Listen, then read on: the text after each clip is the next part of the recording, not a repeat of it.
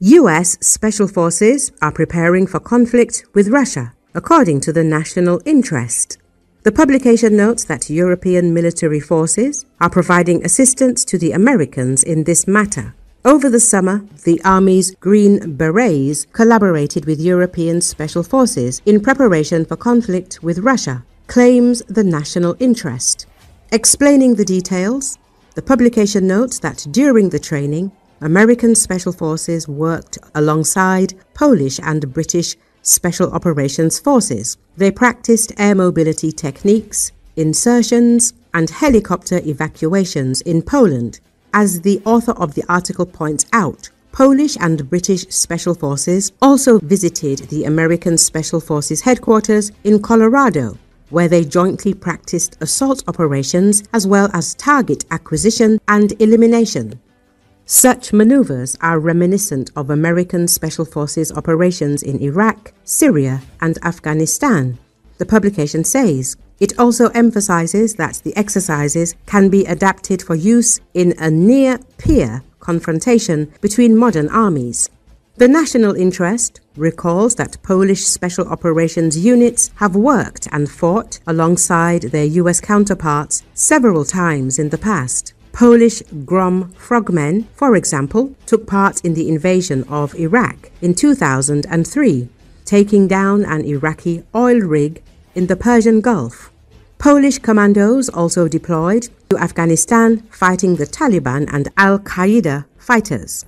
The 10th Special Forces Group that led the exercises focuses on the European continent. It was established in 1952, and it is the first Green Beret unit. Visionary army officers saw that in a potential war with the Soviet Union, the Russian armies would likely overrun large swathes of Western Europe before they were stopped. Such a scenario would create an opportunity for a small team of commandos to stay or infiltrate behind the Soviet lines and wage a guerrilla campaign, attacking supply lines and other high-value military targets. Green Berets were even given a unique nuclear role.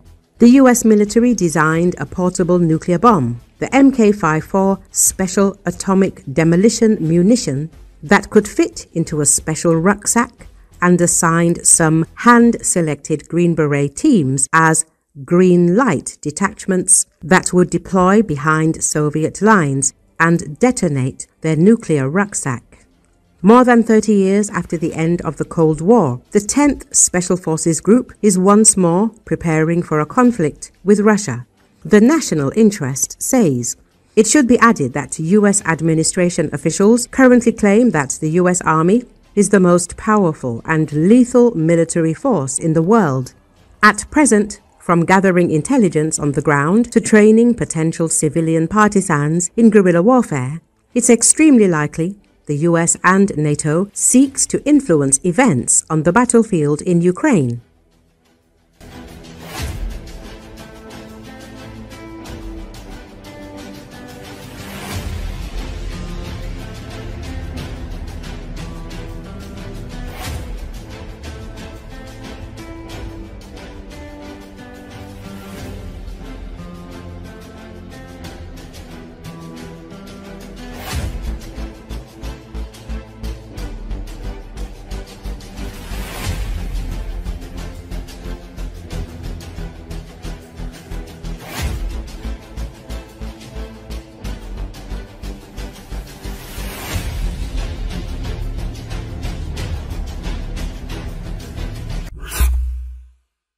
Ukrainian pilots and technicians are adapting F-16 fighters to the conditions of intense warfare.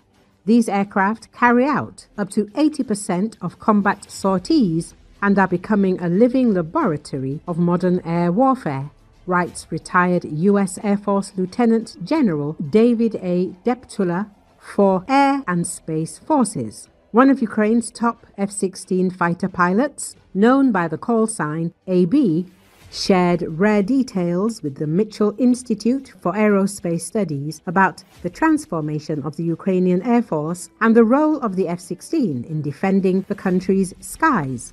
As the deputy commander of a fighter wing credited with shooting down over 1,000 Russian drones and Shahed cruise missiles, AB makes it clear that the F-16 has become a key countermeasure. Although Ukrainian units fly older Block 10 and Block 15 aircraft delivered by NATO partners, the smaller Viper fleet carries out approximately 80% of all combat sorties carried out by the Air Force. This demonstrates not only the platform's reliability, but also the high professionalism of Ukrainian pilots and technicians who quickly mastered the new aircraft in extreme conditions. According to AB, the transition from Soviet MiG-29s to F-16s significantly improved situational awareness, radar capabilities, and strike accuracy, allowing for more effective interception of Russian cruise missiles and drones, which effectively function as long-range precision weapons. Along with the operational effectiveness of aviation, the technical challenge is also growing. The pilot notes the strengthening of Russian electronic warfare capabilities. Daily jamming, spoofing, and countermeasures are forcing Ukrainian units to seek effective electronic warfare systems and countermeasures, as dominance in the electromagnetic spectrum increasingly determines the outcome of combat. The lack of established training programs and constant restrictions on access to American instructors did not hinder the process. Ukrainian pilots and ground crews quickly developed their own tactics, methods, and procedures. They embody the Agile Combat Employment (ACE) principle, employing movement between dispersed airfields and operations with minimal infrastructure, which has proven effective in combat. Despite constant attacks on air bases and attempts to destroy infrastructure, Ukrainian forces retained the ability to conduct sustained operations. Not a single airbase was completely disabled after nearly 4 years of fighting.